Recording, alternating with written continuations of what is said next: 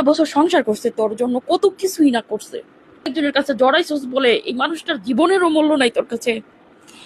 তুই এখন অব্দি পর্যন্ত শেষ দেখাটা তোর স্ত্রী দেখতে পারলি না, তুই শেষ বিদায়টা দিতে পারলি না। স্বামী হয়ে একটু জানাজা করতি, স্বামী হয়ে তুই একটু মোনাজাত করতি ওর জন্য। কত মানুষ মনের বুঝ দিত যে আসছে, কে দেখানোর জন্য ছেলেটাকে নিয়ে আসছে। ছেলে সে আজকে তার চিরজীবনের জন্য তার মাকে হারাই ফেলছে। এই সন্তানকে আদর করার কেউ রইলো না। যত মানুষে আদর করেন না কেন, মায়ের মতো করতে পারবেন? আপনি হয়তো বা চলে গেছেন, আজকে আপনি জানতেছেন না, বুঝতেছেন না। এরকম আমাদের হাজার হাজার মেয়েরা এই সন্তানের জন্য যুদ্ধ করে যেতেছে, জীবন্ত লাশ হয়ে বাঁচে, নানান অত্যাচারে মানসিক রোগী হয়ে আছে। তারপরেও না বেঁচে আছে কেন জানেন? ওই যে দুইটা জন্ম দিছে, একটা জন্ম দিছে ওইটার জন্য। এরকম অনেক আছে।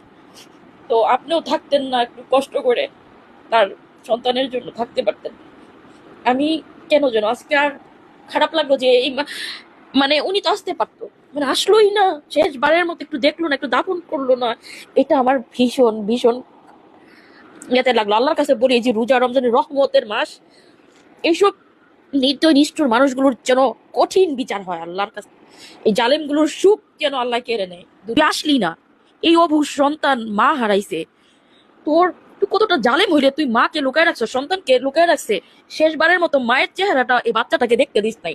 অনেক কিছুর পরে আজকে এই লাস্ট মুভমেন্টে বাচ্চাটাকে আনতে, ওরা অনেক রিকোয়েস্ট করে অনেক কিছু করে এই বাচ্চাটাকে আনছে মাকে দেখানোর জন্য। তো মায়ের এই বিধ্বস্ত চেহারা ওই সন্তানকে দেখানোর কি দরকার? আরো আগে দিতি, বাচ্চাটা আজ তো জানতো তার মা মারা গেছে। বছরের কিছুই কি তোকে দেওয়া হয়নি, যেটার কারণে তুই একটু উড়ে উড়ে এসে শেষবারের মতো তাকে দেখতি?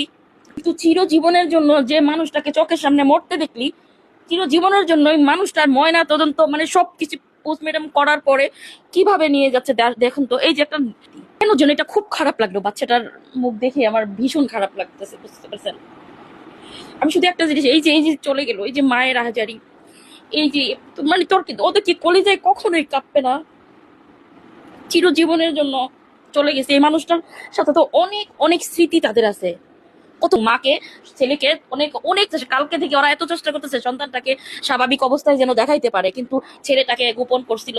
এখন অনেক কিছু রিকোয়েস্ট হয়তো বা ওর দেবর এখন আইনে এই যে মাটাকে দেখানোর জন্য ছেলেটাকে নিয়ে আসছে।